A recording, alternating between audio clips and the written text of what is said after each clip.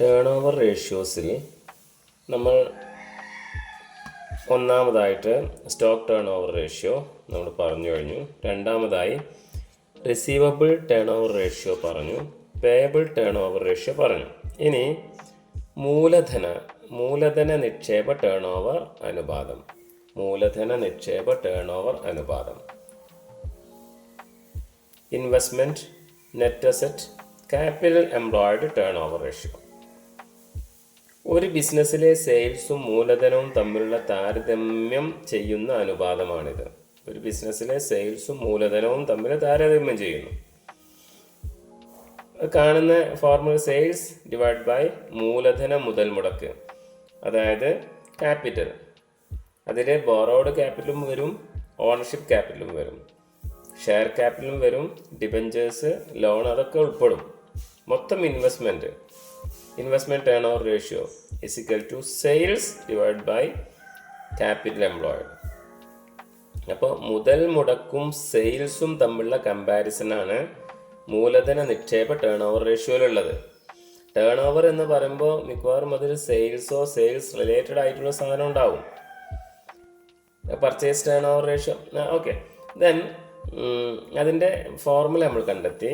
അതേപോലെ മറ്റൊരു റേഷ്യോ ആണ് സ്ഥിര ആസ്തി ടേൺ ഓവർ അനുപാതം, fixed asset turnover ratio.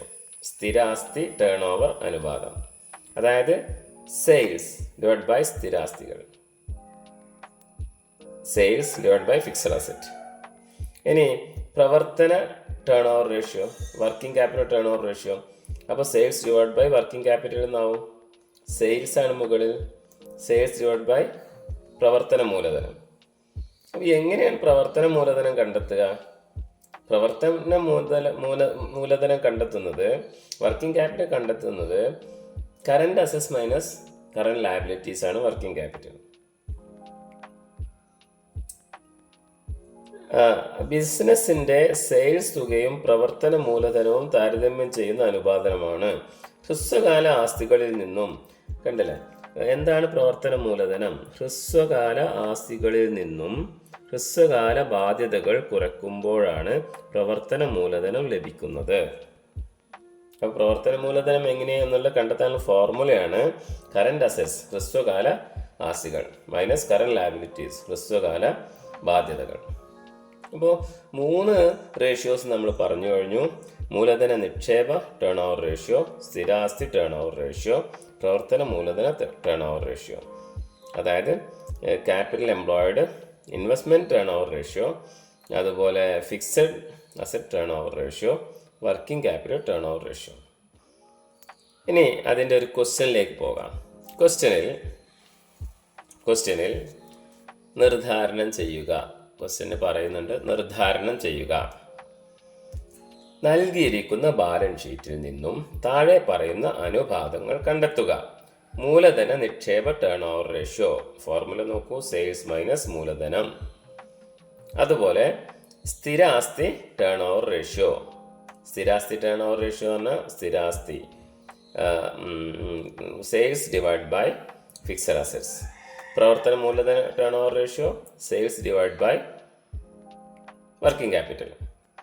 ഈ 3 കണ്ടെത്താൻ നമ്മളോട് ആവശ്യപ്പെടുന്നത്. അപ്പം നോക്കാം.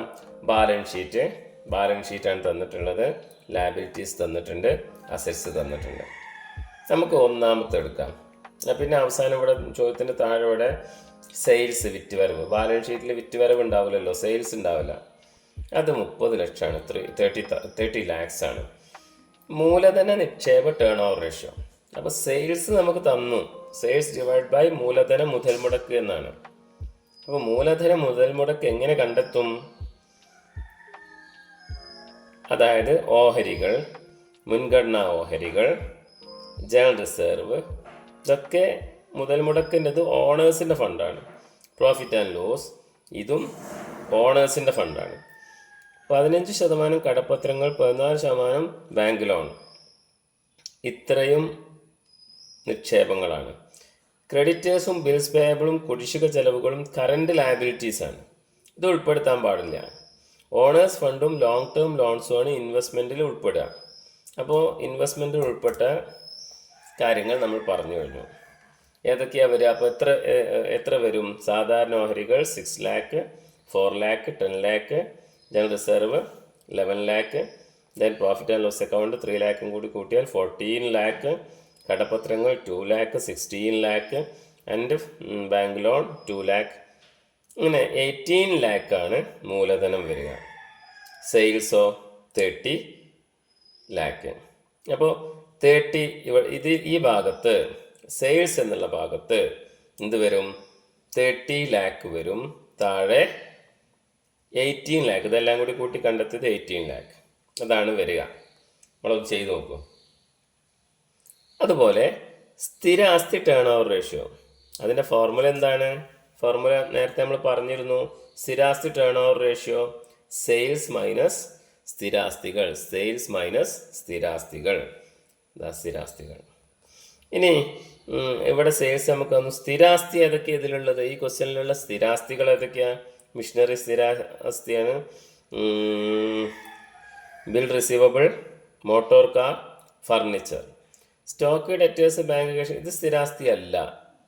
അപ്പോൾ സ്ഥിരാസ്തികൾ എന്ന് പറയുന്നത് 8 lakh, 13, 15 ആൻഡ് 16 lakh ആണ്. അപ്പോൾ 30 lakh ഡിവൈഡ് ബൈ മുതൽ മുടക്കല്ലോ സ്ഥിരാസ്തിയിൽ എവിടെ വരേണ്ടത്? 18 lakh. അതാണ് രണ്ടാമത്തത്.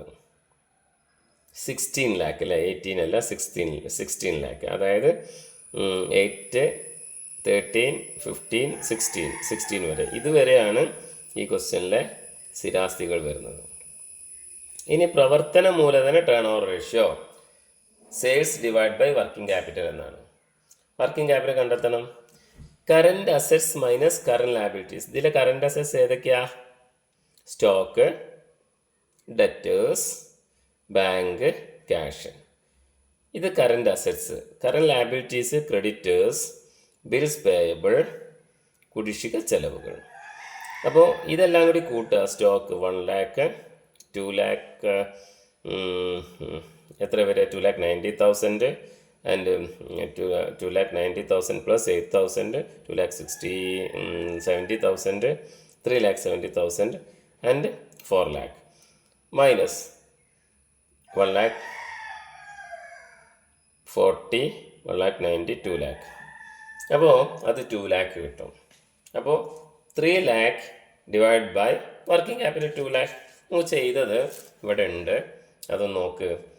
ഞാൻ പറഞ്ഞത് കേട്ടിട്ടൊന്ന് എഴുതിയെടുത്തിട്ട് ഇതൊന്ന് വെരിഫൈ ചെയ്താൽ നിങ്ങൾക്ക് പെട്ടെന്ന് മനസ്സിലാകും. എന്തായാലും സമയത്തിനനുസരിച്ച് ചെയ്യാം. നമ്മൾ മൂലധന മുതൽ മുടക്ക് ക്യാപിറ്റൽ എംപ്ലോയിഡ് റേഷ്യോ ആണിത്. അതിൽ നമുക്ക് മൂലധന നിക്ഷേപ ടേൺ ഓവർ റേഷ്യോ ഞാൻ നേരത്തെ പറഞ്ഞു സെയിൽസ് ആണ് എഴുതിയിട്ടുള്ളത്. ഇത് എല്ലാ ലോങ് ടേം ലയബിലിറ്റീസും അതുപോലെ ക്യാപിറ്റൽ ഷെയർ ഹോൾഡേഴ്സ് ഫണ്ടും കൂടെ കൂട്ടിയതാണ്. നേരത്തെ ഞാൻ പറഞ്ഞല്ലോ 1,80,000 കിട്ടിയത്. അതുപോലെ സ്ഥിര ആസ്തി ടേൺ ഓവർ അനുപാതം സെയിൽസ് ഡിവൈഡ് ബൈ സ്ഥിരാസ്തികൾ 16,000 ഞാൻ നേരത്തെ പറഞ്ഞിരുന്നത്. Sales divide by സ്ഥിരാസ്തികൾ.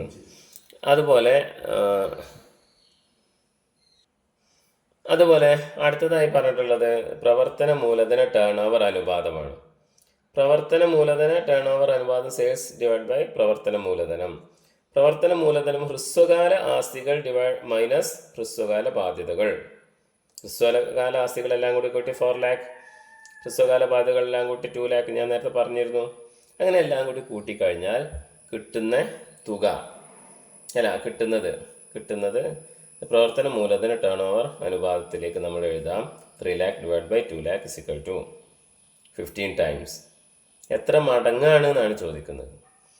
ഇതിൽ നിന്ന് നമ്മൾക്ക് ഇതുവരെയുള്ള ആക്ടിവിറ്റി റേഷ്യോസ് അല്ലെങ്കിൽ ടേൺ ഓവർ റേഷ്യോസ് നമ്മൾ പറഞ്ഞ് മനസ്സിലാക്കി. നമ്മൾ ഇതിലുള്ള എല്ലാ ടേൺ ഓവർ റേഷ്യോസും നോക്കി.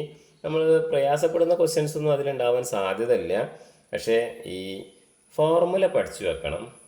റേഷ്യോസ് ഏതൊക്കെയെന്നും പഠിച്ചു വെക്കുക എന്നുള്ളതാണ് ഇവിടെ ശ്രദ്ധിക്കാനുള്ളത്. അടുത്തത് ലാഭക്ഷമത അനുപാതങ്ങളാണ്. ഇതിൽ സ്വയം വിലയിരുത്തൽ ചോദ്യങ്ങളുണ്ട്. അത് നിങ്ങൾ പരിശോധിക്കുക. ക്രെഡിറ്റേഴ്സ് ശ്രദ്ധിക്കാനുള്ള ടേൺ ഓവർ അനുപാതം ഏതാണ്? ക്രെഡിറ്റേഴ്സ് ശ്രദ്ധിക്കാനുള്ള ടേൺ ഓവർ അനുപാതം ഏതാണ്? സ്റ്റോക്ക് ടേൺ ഓവർ അനുപാതമാണോ? അല്ല. റിസീവബിൾ ടേൺ ഓവർ ആണോ? അല്ല. പേയബിൾ ടേൺ ഓവർ അനുപാതം. ഇതാണ് ഉത്തരം. അടുത്തത് ഒരു ബിസിനസ് സ്ഥാപനത്തിൻ്റെ കടത്തിലുള്ള വിൽപ്പനയുടെ നയം തീരുമാനിക്കുന്നത്, നിങ്ങൾ ഏതായാലും ഇതൊക്കെ ഒന്ന് ചെയ്തു നോക്ക്. അതിനനുസരിച്ച് നമ്മൾക്ക് അടുത്ത മേഖലയിലേക്ക്, പ്രോഫിറ്റബിലിറ്റി റേഷ്യോയിലേക്ക് കടക്കാം.